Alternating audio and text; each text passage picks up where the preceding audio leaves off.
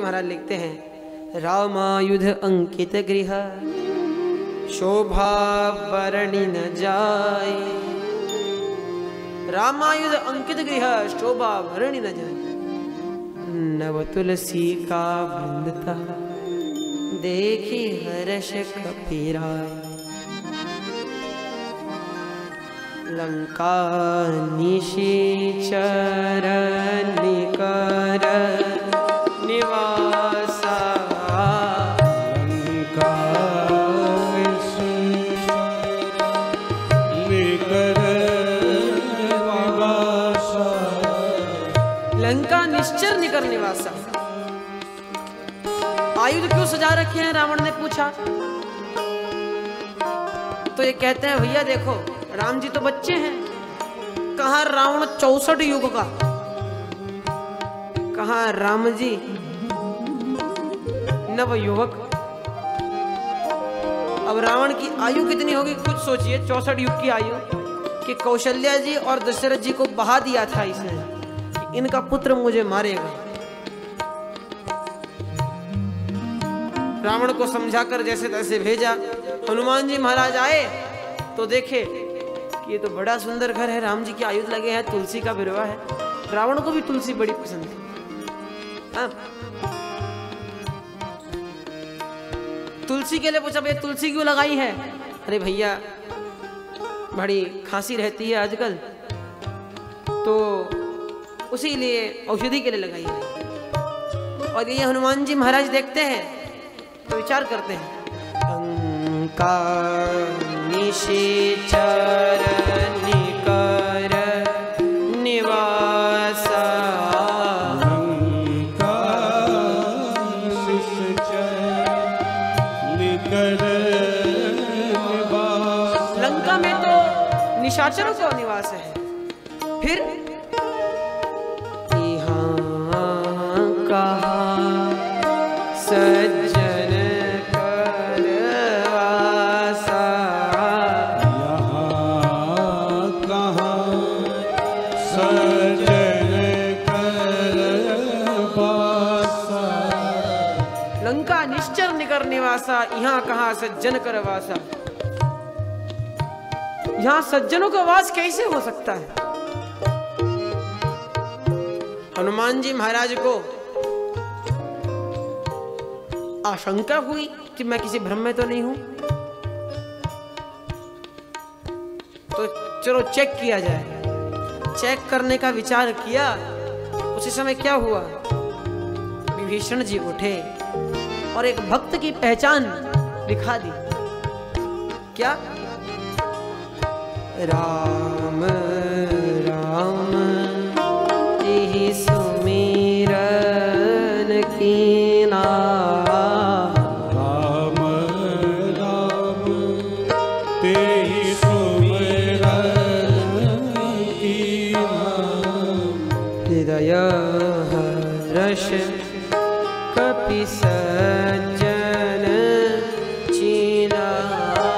हृदय हर्ष कपि सज्जन चीना। हनुमान जी महाराज को विश्वास हो गया, वो उठते ही राम नाम लिया है तो ये निस्संदेह मेरे प्रभु का भक्त है। फिर क्योंकि हरि के भक्तों में लक्षण है क्या? नैव किंचित करोमीति युक्तो मन्येत तत्त्वविदो पश्यन् शृण्वन् स्पृशन् जिघ्रन् स्वप्नन् अश्नन्वश्नो ब्रवीत्। हरि के भक्तों के लक्षण हैं कि 24 घंटे उठते बैठते जागते हरि के दर्शन करते हैं, हरि का नाम लेते हैं। विभीषण जी महाराज से संवाद हुआ तो विभीषण जी बताते हैं, हनुमान जी मुझे तो नहीं लगता कि मेरा कभी उद्धार भी हो सकता है, क्योंकि मैं यहाँ लंका में कैसे रह रहा हूँ। सुनहो पवन सुत रहनी हमारे,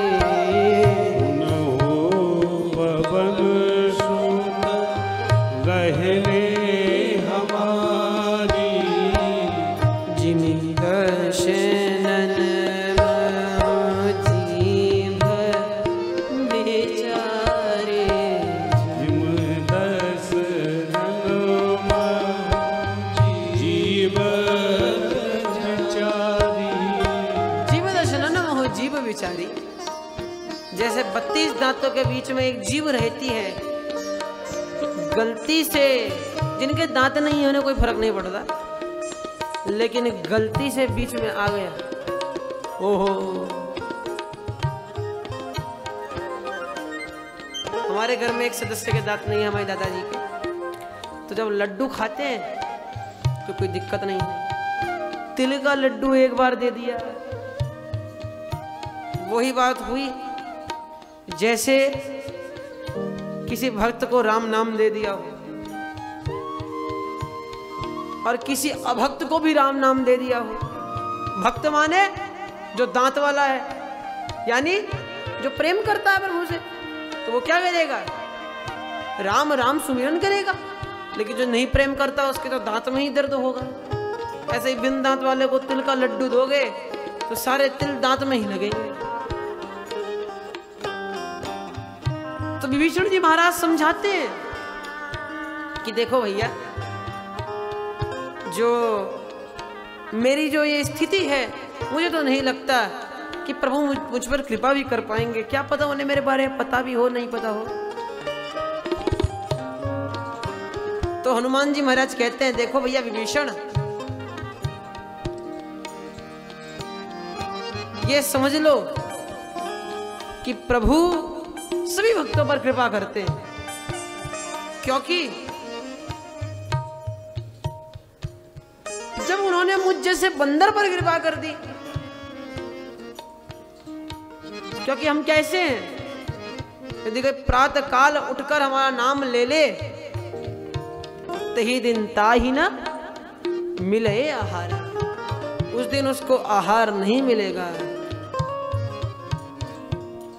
वो आहार रहीन हो जाएगा, फिर उसको आहार नहीं मिलेगा।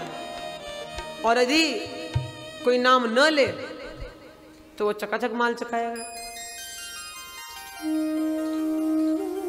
तो हम तो ऐसे अभद्र हैं, फिर भी भगवान ने हम पर कृपा करी है, हमें अपना भक्त बनाया है। तो आप तो ब्राह्मण हो, ब्राह्मण पुत्र हो, ब्राह्मण तन की अपनी एक अलग महिमा है। ब्राह्मण किसे कहते हैं,